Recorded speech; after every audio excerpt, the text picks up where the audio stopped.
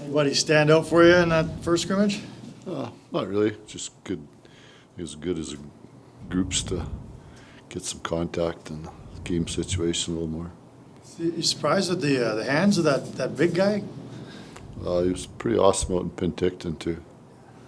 Like he was the best player in that camp for our side, yeah. Is there anything in particular you're looking out of a scrimmage like that? Are you looking at individual guys? Are you looking at? No, it's just more chemistry? game. You look at the end of shifts, guys are tired coming off, right? That's because they haven't played. So it's better for them to scrimmage once, if you can get it. And then when you got to play 45 guys the next. You look at it, four games. They're all going to. 99% of them will play the game. So. Is it safe to say that these scrimmages may benefit bubble players more than they do veterans? None at all, unless they decide they don't want to work. But I don't think that's an issue. The first couple preseason games, obviously, you just mentioned, the scrimmage is the first time for a lot of guys to get contact, really get going. What do you look for from your group in the two games tomorrow? I think things we've talked about in terms of identity and X and O's, things like that, work ethic. So, I don't think any of those areas are problems with our team, there's a lot of new guys to the organization, not top guys, but a lot of new guys that are playing the next two games that play different styles, different systems, obviously different teammates. So that's all you're looking for.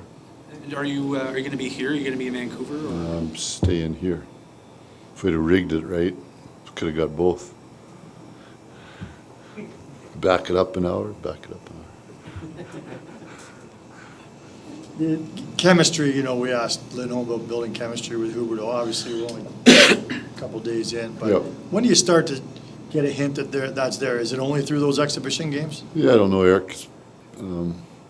Probably interaction too, communication with them guys, and then learning what type of players each other is or where they'd like to be. I mean, I think they all would. Jonathan,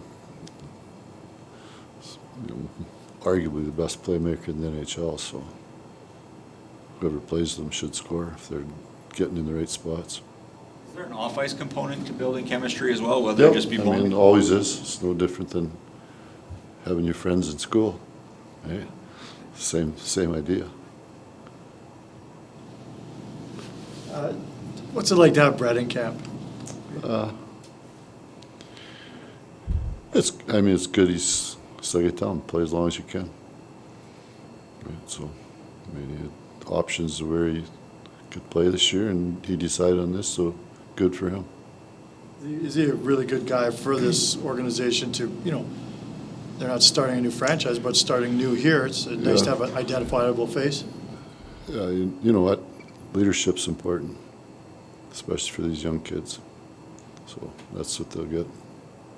What advantages are there to having your AHL team here? Advantages? First off, they're only half an hour to the Saddle Dome if we need a player. I think the salary cap world is really important. And then the continuity of, say I told the coaches for the Wranglers, once it starts, you don't see each other because you get locked in as coaches with your own group. They get locked in with your own group. They're going to train at Winsport. We're going to train here. Our schedules are not going to, our games are, when we're gone, they're here. And so it's just, you're not going to see each other much, right? So you still got to rely on each other's communication when you're talking about players. That's what's really important. But the advantages are obviously we have your, it's close to Saddle Dome, you have your medical team, you have your off ice, your therapy. It's important too, I think, for something I talked about real early with players is we're going to have 50 players in Calgary representing this organization, so make sure you do it properly. Depending, obviously, there's still a lot to go, and things can happen, but, you know, depending on how camp breaks, you're probably gonna be sending some NHL caliber guys who are close to NHL caliber down to the Wranglers. I guess for you, you know, what do you want to see from those guys throughout the rest of camp when they go down? Because obviously, you know, you guys were, you know, very fortunate during the regular season last year for not having many injuries. Hopefully that holds up, but it might not hold up again. So for the guys who you're going to have on the bubble, what do you want to, I guess, see from them when they go back down? I think there's a long ways to go still. It's what, 18, 19 days, a long ways to go.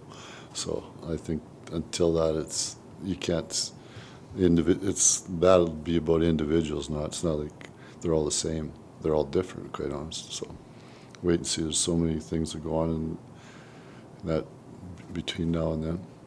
Darryl, what impresses you the most about what you see in Mackenzie Weegar's game? We'll see in games more, right? I mean, he's an awesome guy. Spent time with him this summer and in the locker room now, and you know that's what you're trying to get a read on first is good people. We have three really important things to me, right? Good people, good teammate, good competitor. So you got to hit all three. You mentioned Adam Klapka's hands earlier. What do you think of his skating?